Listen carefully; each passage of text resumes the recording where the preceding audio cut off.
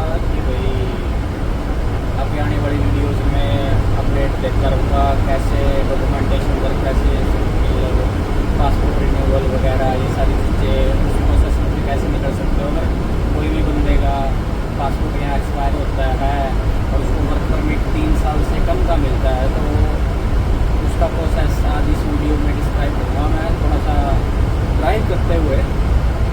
सो कोई scripted video नहीं है, कोई मतलब कोई राइटिंग नोट नहीं है मेरे पास, बस जो भी रैंडम आएगा मैं बोलूँगा उसके बारे में।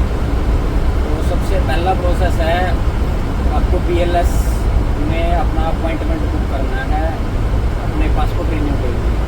उसके लिए आपको क्या क्या चीज़ चाहिएगी, आपका पुराना पासपोर्ट चाहिएगा जो कि जिसकी expiry I think within 1 year है, या फिर आप ऐसे भी जस्टिफिकेशन दे सकते हो कि भाई मेरा वर्क परमिट शॉर्ट टर्म का आएगा और तो मेरे को मेरा फुल टर्म का मेरा वर्क परमिट चाहिए, तो इस वजह से मैं मेरा पासपोर्ट रिन्यू करवा रहा हूँ और उसका 1 मंथ लगेगा।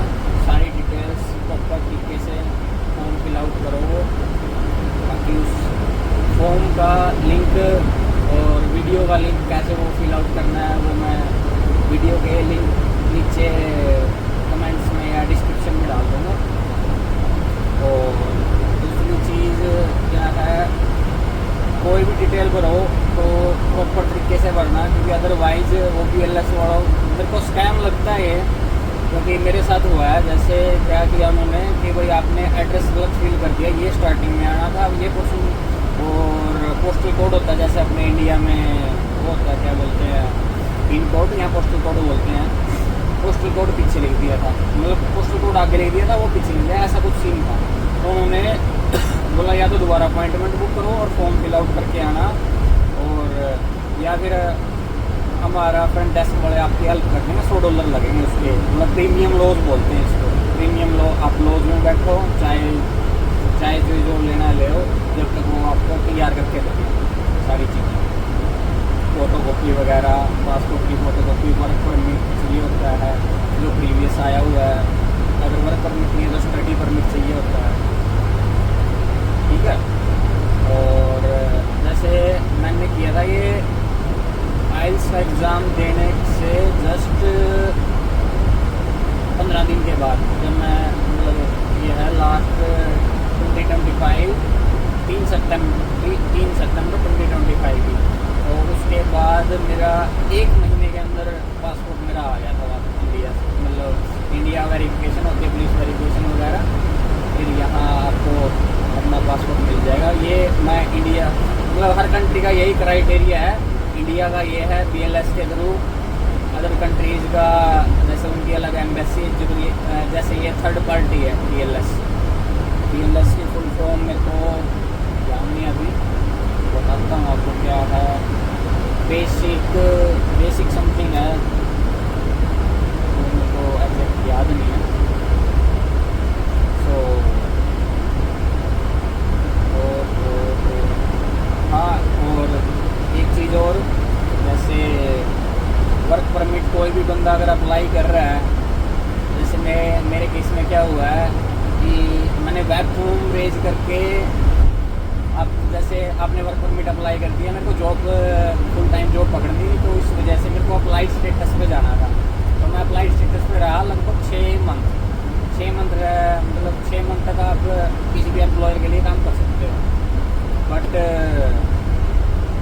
और मैंने जब तक मेरा पासपोर्ट आया नहीं था, तो मैंने क्या किया, मैंने पुराने पासपोर्ट पे अप्लाई कर दिया, तो वो मेरा 12 जुलाई 2026 को एक्सपायर हो रहा है, जो कि जस्ट 2 दिन बचे हैं। आज 10 जुलाई 2025 है, 2026, सो और एक्सपायर हो रहा है 12 जुलाई 2026 को।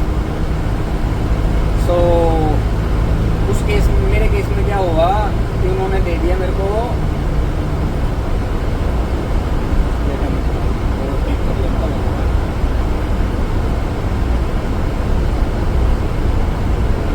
ट्रांस कनाडा वाला हाईवे है, तो थोड़ा सा नॉर्थ में थोड़ा सा रिस्की है।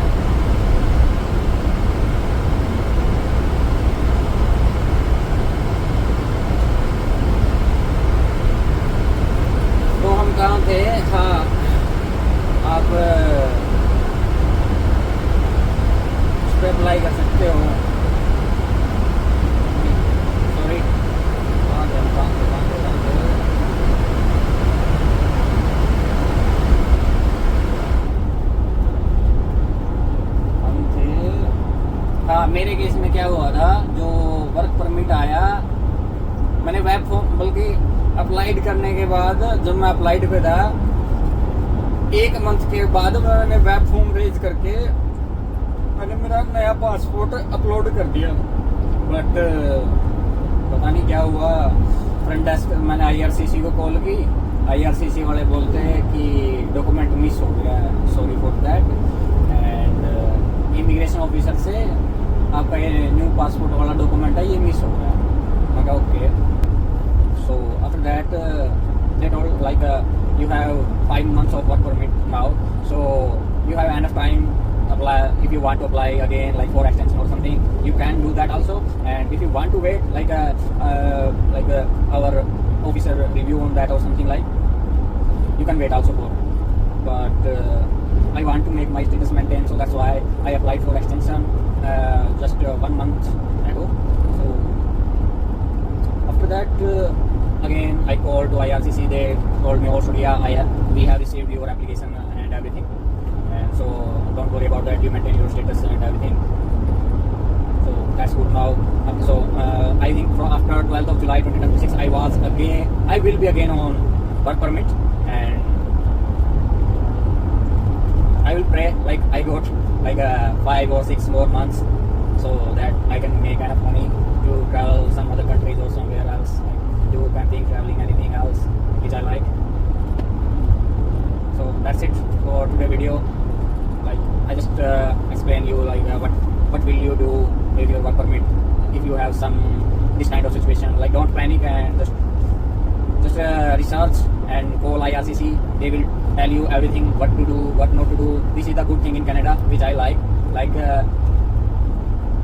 they give you full information so that you can manage easily. So and that's it.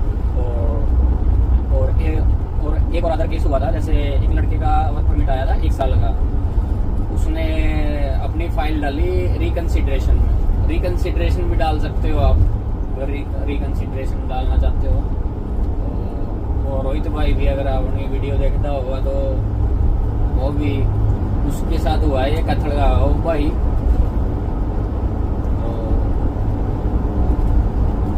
Rohit के साथ ऐसा हुआ, उसको 1 साल का वर्क परमिट दिया गया था, स्टडी उसकी 2 साल की थी, बट उसने रिकन्सिडरेशन डाला। Now he got 3 year work permit and now he will fly again to India.